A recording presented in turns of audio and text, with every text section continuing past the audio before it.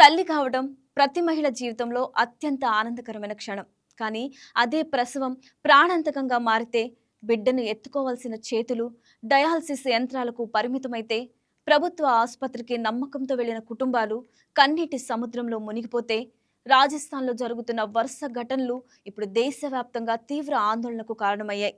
ప్రసవానంతరం వరుసగా బాలింతల మరణాలు, కిడ్నీలు దెబ్బతిన్న మహిళలు, వైద్య నిర్లక్ష్య ఆరోపణలు, నాసిరకం మందులపై అనుమానాలు, స్టెరిలైజేషన్ లోపాల చర్చ, మరోవైపు రాష్ట్రపతికి కారుణ్య మరణం కోరుతూ బాధిత మహిళల లేఖలు.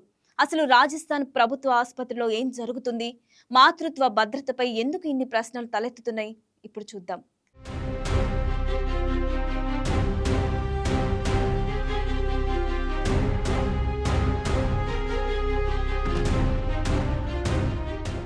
ప్రభుత్వ ఆసుపత్రి సాధారణ కుటుంబాలకు చివరి ఆశ్రయం, ప్రాణాలను కాపాడాల్సిన ప్రదేశం. అలాంటి ప్రాణాలు పోయాల్సిన ఆసుపత్రి అర్థంతరంగా ప్రాణాలు తీసేసే స్థలంగా మారితే అదే ఇప్పుడు రాజస్థాన్లో తీవ్ర ఆందోళనకు గురిచేస్తుంది.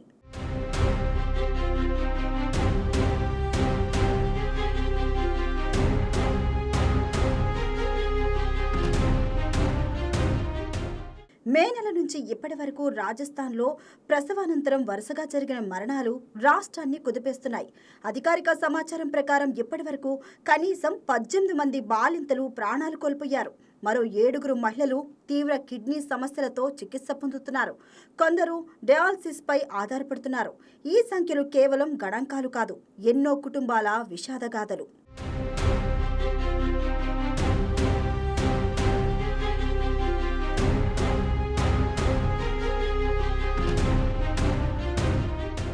అత్యంత ఆందోళన కలిగిస్తున్న విషయం ఏంటంటే, ఈ మరణాల్లో చాలా వరకు సిజేరియన్ శస్త్రచికిత్సల తర్వాతే చోటు చేసుకోవడం. ప్రసవం విజయవంతంగా పూర్తయిన తర్వాత కొద్ది గంటల్లోనే లేదా కొన్ని రోజుల్లోనే మహిళల ఆరోగ్యం ఒక్కసారిగా క్షీణించడం వైద్యులను కూడా ఆశ్చర్యానికి గురిచేస్తుంది.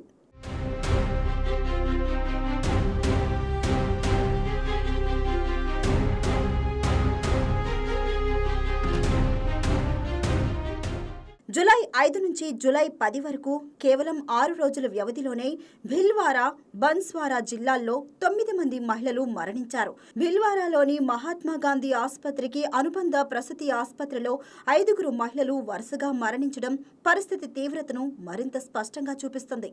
ప్రభుత్వ ఆసుపత్రి అంటేనే భయపడేలా తయారైంది.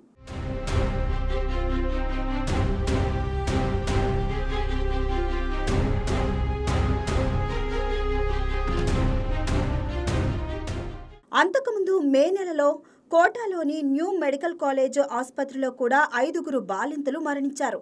జూన్లో బికనీర్లో సిజేరియన్ చేసిన మహిళల్లో పలువురికి తీవ్రమైన కిడ్నీ గాయాలు మొదలయ్యాయి.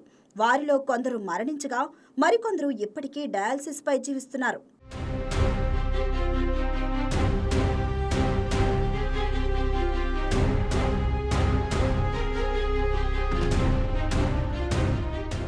ఈ వరుస ఘటనలకు అసలు కారణమేంటి?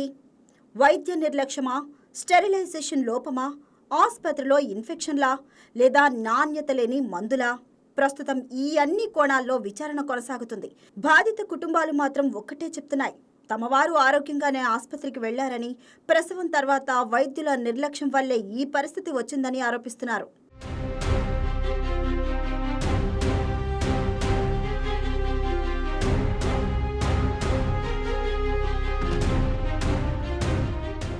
ఇక కోటా ఘటన దేశవ్యాప్తంగా చర్చకు కారణమైంది.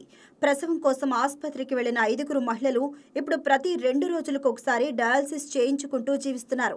వీరిలో కొందరు భారత రాష్ట్రపతి ద్రౌపది ముర్ముకు భావోద్వేగ లేఖ రాశారు. మా జీవితం మరణం కంటే దారుణంగా ఉంది. మా పిల్లలను ఎత్తుకోలేకపోతున్నాం. ప్రతి 48 గంటలకు డయాలసిస్ లేకపోతే ప్రాణాలు ఉండవు. మాకు వెంటనే కిడ్నీ మార్పిడి చేయండి, లేకపోతే కారుణ్య మరణానికి అనుమతి ఇవ్వండి అని ఆ లేఖలో వేడుకున్నారు.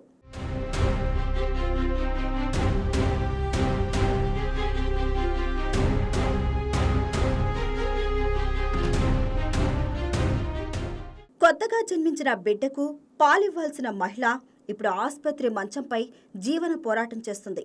కుటుంబ సభ్యులు చెబుతున్న కథలు మరింత హృదయ విదారకంగా ఉన్నాయి. భార్యలను చూసుకోవడానికి భర్తలు ఉద్యోగాలు మానేశారు. ఇంటి ఆదాయం పూర్తిగా ఆగిపోయింది. చికిత్స ఖర్చులు పెరిగిపోయాయి. కొత్తగా పుట్టిన పిల్లలను చూసుకునే పరిస్థితి లేదు. కొన్ని కుటుంబాలు అప్పుల ఊబిలో కూరుకుపోయాయి. ఒకవైపు శారీరక బాధ, మరోవైపు ఆర్థిక భారాలు, ఇంకోవైపు భవిష్యత్తుపై అనిశ్చితి. ఇదే ఇప్పుడు ఆ కుటుంబాల వాస్తవ పరిస్థితి.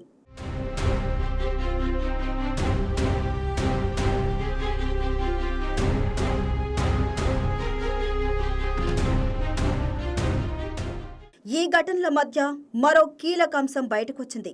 బిల్వారా ఆసుపత్రిలో రోజుకు 30 నుంచి 40 వరకు సిజేరియన్ శస్త్రచికిత్సలు జరుగుతున్నాయి. కానీ అక్కడ అందుబాటులో ఉన్న సర్జికల్ ఇన్స్ట్రుమెంట్ సెట్లు కేవలం 8 మాత్రమే. ప్రతి సెట్ను మళ్లీ ఉపయోగించే ముందు కనీసం 3 గంటల పాటు పూర్తి స్థాయి స్టెరిలైజేషన్ చేయాల్సి ఉంటుంది. కానీ భారీ ఒత్తిడి కారణంగా ఆ ప్రక్రియ సక్రమంగా జరిగిందా అనే అనుమానాలు వ్యక్తమవుతున్నాయి. ఇదే సమయంలో ఒక ఆపరేషన్ థియేటర్ నుంచి తీసిన కల్చర్ పరీక్షలో బ్యాక్టీరియా పాజిటివ్ వచ్చినట్లు సమాచారం వెలుగులోకి వచ్చింది. అయితే ఇదే మరణాలకు కారణమా అనే దానికి ఇప్పటికీ అధికారిక నిర్ధారణ లేదు.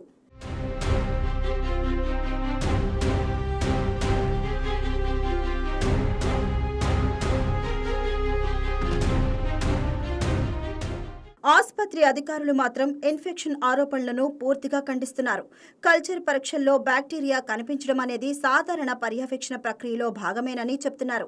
అయితే జాగ్రత్త చర్యగా సంబంధిత ఆపరేషన్ థియేటర్ను మూసివేసి పూర్తి స్థాయి ఫ్యూమిగేషన్, స్టెరిలైజేషన్ నిర్వహిస్తున్నామని తెలిపారు.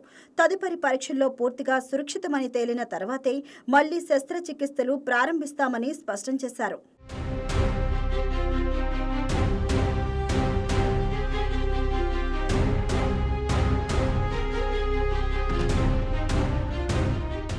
ఇక నకిలీ మందుల వ్యవహారంపై కూడా చర్చ జరుగుతుంది.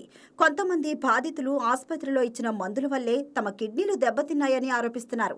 అయితే దీనిపై ఇప్పటివరకు అధికారికంగా ఎలాంటి నిర్ధారణ వెలువడలేదు. మందుల నమూనాలను పరీక్షలకు పంపినట్లు సమాచారం. నివేదికలు వచ్చిన తర్వాతే స్పష్టత వచ్చే అవకాశం ఉంది.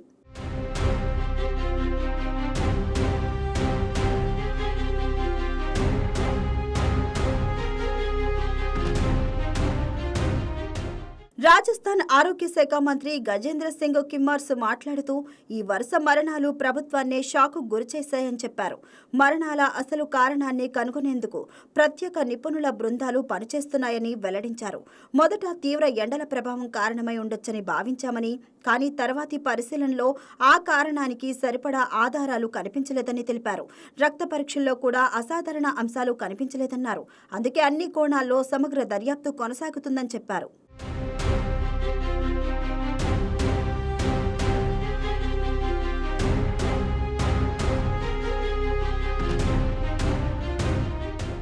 జైపూర్ నుంచి ప్రత్యేక వైద్య బృందాలు ఇప్పటికే ఘటనా స్థలాలకు చేరుకున్నాయి.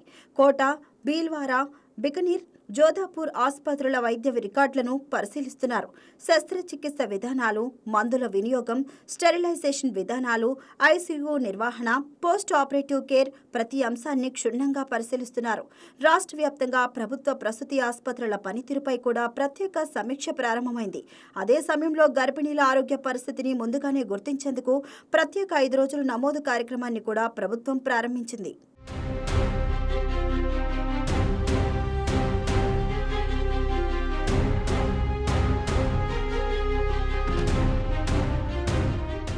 ఇక వైద్య నిపుణులు చెప్తున్న విషయం కూడా అంతే కీలకం. సిజేరియన్ తర్వాత ఇన్ఫెక్షన్, సెప్సిస్, అధిక రక్తస్రావం, కిడ్నీ గాయం, రక్తం గడ్డకట్టే సమస్యల వంటి అనేక వైద్య కారణాలు తలెత్తే అవకాశం ఉంటుందని, అసలు కారణాన్ని పోస్టుమార్టం, ల్యాబ్ నివేదికలు, క్లినికల్ దర్యాప్తు పూర్తయ్యాకే నిర్ధారించగలమని చెప్తున్నారు. అందువల్ల ప్రస్తుతం సోషల్ మీడియాలో ప్రచారంలో ఉన్న ప్రతి ఆరోపణను నిజమని భావించడం సరికాదని, అధికారిక దర్యాప్తు ఫలితాల కోసం వేచి చూడాల్సిందేనని సూచిస్తున్నారు.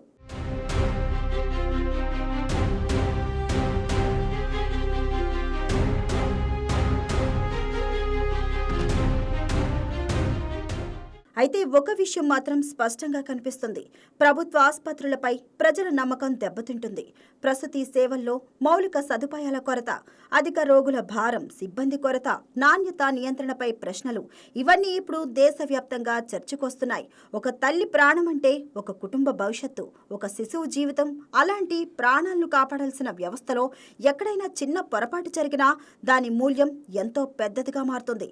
అందుకే ఈ ఘటనపై జరుగుతున్న విచారణ కేవలం రాజస్థాన్కే కాదు, దేశవ్యాప్తంగా ప్రభుత్వ ప్రసూతి ఆరోగ్య సేవల నాణ్యతకు ఒక కీలక పరీక్షగా మారింది.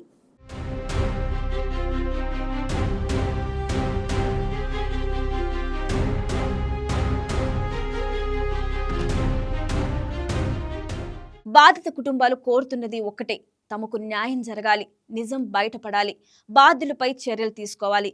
ఇకపై మరో తల్లి ఇలాంటి విషాదానికి గురి కాకూడదు. మరోవైపు దర్యాప్తు పూర్తయ్యే వరకు మరణాలకు ఖచ్చితమైన కారణంపై ఎలాంటి అధికారిక నిర్ణయం లేదు. నిపుణుల కమిటీ వేదిక తర్వాతే అసలు కారణాలపై స్పష్టత వచ్చే అవకాశం ఉంది.